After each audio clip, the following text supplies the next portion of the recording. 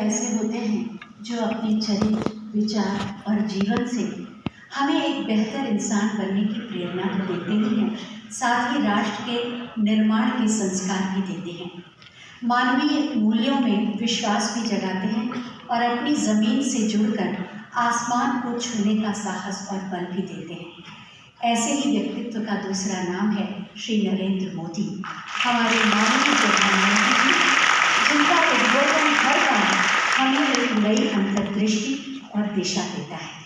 मैं बहुत ही आदर के साथ माननीय प्रधानमंत्री महोदय से अनुरोध करूंगी कि राष्ट्रीय शिक्षा नीति के सफल क्रियान्वयन के लिए हमारा मार्गदर्शन करें। जोरदार तालियों से एक बार पुनः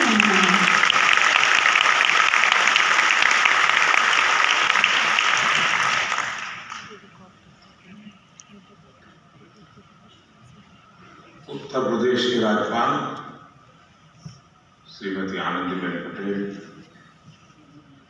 यहाँ के लोकप्रिय मुख्यमंत्री योगी आदित्यनाथ जी, मंत्रिमंडल के मेरे सहयोगी धर्मेंद्र प्रधान जी, राष्ट्रीय शिक्षा नीति की ड्राफ्टिंग कमेटी के चेयरमैन के कस्तूरीरंगन जी, सरकार के अन्य मंत्रीगण, इस सम्मेलन में भाग ले रहे सभी वाइस चांसलर, शिक्षा संस्थाओं के निर्देशक, सभी शिक्षकगण, शिक्षाविद, देवी और सज्जनों, अखिल भारतीय शिक्षा समागम का यह आयोजन उस पवित्र धरती पर हो रहा है जहां आजादी से पहले देश की इतनी महत्वपूर्ण यूनिवर्सिटी की स्थापना हुई थी। ये समागम आज एक ऐसे समय हो रहा है जब देश अपनी आजादी का अमृत महोत्सव मना रहा है। अमृत काल में देश के अमृत संकल्पों को पूरा करने की बड़ी जिम्मेदारी हमारी शिक्षा व्यवस्था पर है, हमारी युवा पीढ़ी पर है। हमारे यहाँ उपनिषदों में भी कहा गया है, विद्या अमृतम अश्नुते, अर्थात विद्या ही अमरत्व और अमृत तक ले जाती है। काशी को भी मोक्ष की नगरी इसलिए कहते हैं क्योंकि हमारे यहाँ मुक्ति का एकमात्र मार्ग ज्ञान को, विद्या को ही माना गया है। और इसलिए शिक्षा और शोध का, विद्या और बोध का इतना बड़ा मंथन जब सर्व विद्या के प्रमुख केंद्र काशी में होगा तो इससे निकलने वाला अमृत अवश्य देश को नई दिशा देगा।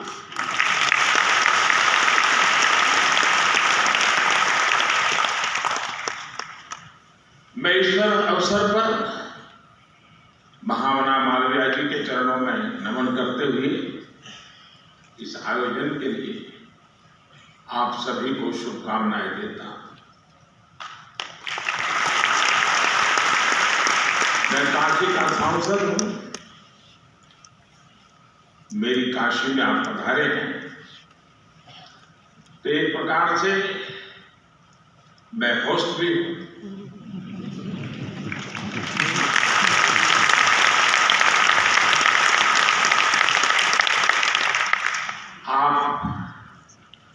इन सब के साथ साथ मेरे भी मेहमान हैं।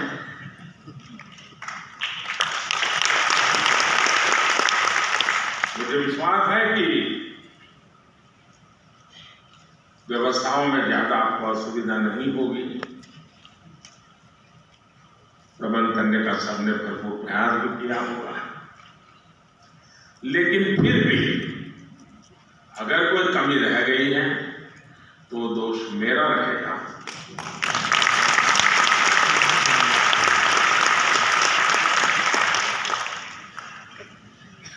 और एक होस्ट के नाते कोई भी आपको असुविधा हो जाए तो उसकी क्षमा मैं पहले से मांग लेता हूं।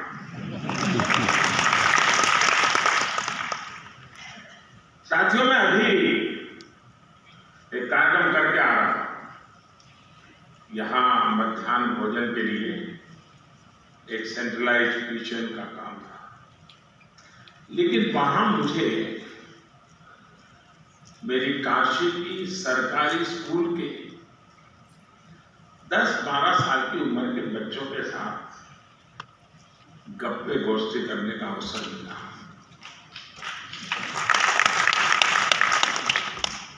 और यहां से निकल कर यहां आया।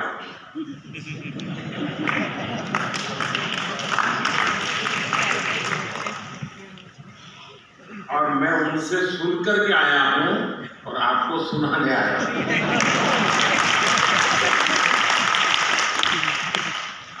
और मुझे कहना होगा, और मैं तो चाहूंगा जब मैं अगली बार आऊंगा तो जिस स्कूल के बच्चों से मुझे मिलना हुआ है, मैं उनके जो टीचर्स हैं उनको मिलना चाहूंगा।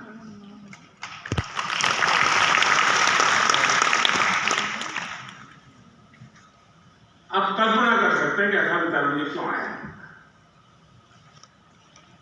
मेरे मन पर इतना प्रभाव पैदा हुआ। 10-15 मिनट का ही वो अवसर था मेरे पास, लेकिन जो प्रतिभा उन बच्चों में थी, जो टैलेंट थी, जो कॉन्फिडेंस था और जो विविधता थी, और वो भी एक सरकारी स्कूल के हमारे सामान्य परिवार के बच्चों की।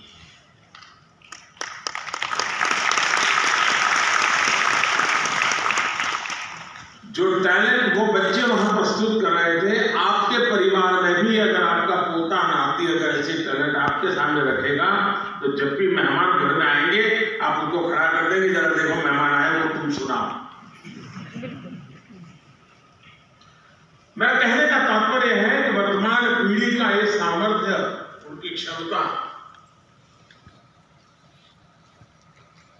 जब वो आप जहां है वहां पहुंचेंगे, पद पे नहीं, उस इंस्टीट्यूट में आप तो नहीं होंगे, आप ऐसे इंस्टीट्यूट बना के जाएंगे कि इस प्रतिभा के बच्चे आने वाले दिनों में आने वाले हैं, उनको वहां कमी नजर ना आए। ये काम सबसे बड़ा आपके लिए है।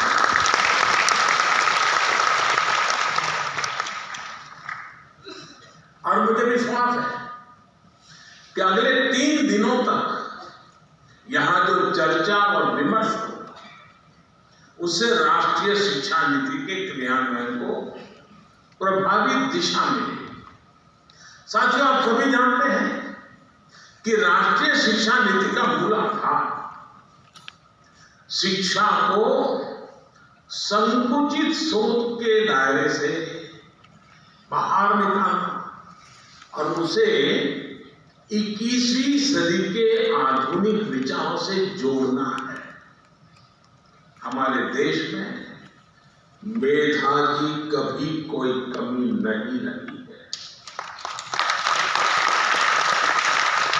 लेकिन दुर्भाग्य से हमारे ऐसी व्यवस्था बनाकर दी गई थी जिसमें पढ़ाई का मतलब केवल और केवल नौकरी ही माना जाने लगा था। शिक्षा में ये विकार गुलामी के कालखंड में अंग्रेजों ने अपनी जरूरतों को पूरा करने के लिए अपने लिए एक सेवक वर्ग तैयार करने के लिए किया था। आजादी के बाद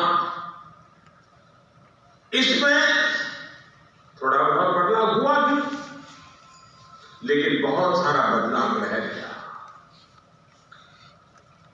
अब अंग्रेजों की बनाई व्यवस्था कभी भी भारत के मूल स्वभाव का हिस्सा नहीं थी और न हो सकती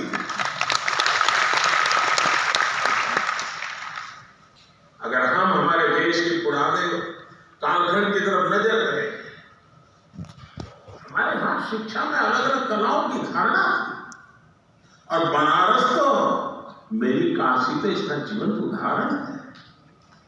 बनारस ज्ञान का केंद्र केवल इसलिए नहीं था क्योंकि यहाँ अच्छे गुरुकुल और शिक्षण संस्थान थे। बनारस ज्ञान का केंद्र इसलिए था क्योंकि यहाँ ज्ञान और शिक्षा बहुआयामी मल्टी सेक्टरल थी। शिक्षा में यही विविधता हमारी शिक्षा व्यवस्था का भी प्रेरणा स्रोत होनी चाहिए। हम केवल डिग्री धारक युवा तैयार न करें, बल्कि देश को आगे बढ़ने के लिए जितने भी मानव संसाधनों की जरूरत हो, हमारी शिक्षा व्यवस्था वो देश को उपलब्ध कराए, देश को दे। इस संकल्प का नेतृत्व हमारे शिक्षकों और शिक्षण संस्थानों को करना है।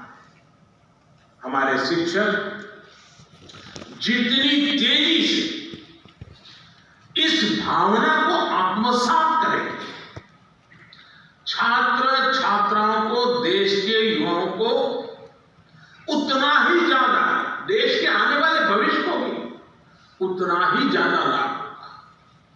साथियों, नए भारत के निर्माण के लिए नई व्यवस्थाओं का निर्माण, आधुनिक व्यवस्थाओं का समावेश उतना ही जरूरी है। जो पहले कभी नहीं हुआ, जिन लक्ष्यों को पाने की देश ने कल्पना भी नहीं करता था, वो आज के भारत में हकीकत हमारे सामने निर्माण हो रही है। अब आप देखिए, कोरोना की इतनी बड़ी महामारी से हम न केवल इतनी तेजी से उभरे, बल्कि आज भारत दुनिया की सबसे तेजी से बढ़ रही बड़ी अर्थव्यवस्थाओं में एक है। आज हम दुनिया के तीसरे सबसे बड़े स्टार्टअप इकोसिस्टम है। स्पेस टेक्नोलॉजी जैसे क्षेत्रों में जहां पहले केवल सरकार ही सब करती थी, वहां अब प्राइवेट प्लेयर्स के जरिए युवाओं के लिए एक नई दुनिया तैयार हो रही है। पूरा अंतरिक्ष उनके बाहुपास में आ रहा है।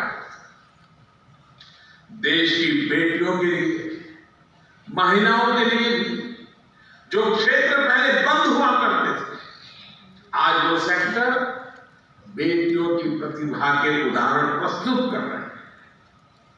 साथियों, जब देश का मिजाज ऐसा, जब देश की रफ्तार ऐसी हो, तो हमें अपने युवाओं को भी खुली उड़ान के लिए नई ऊर्जा से भरना होगा।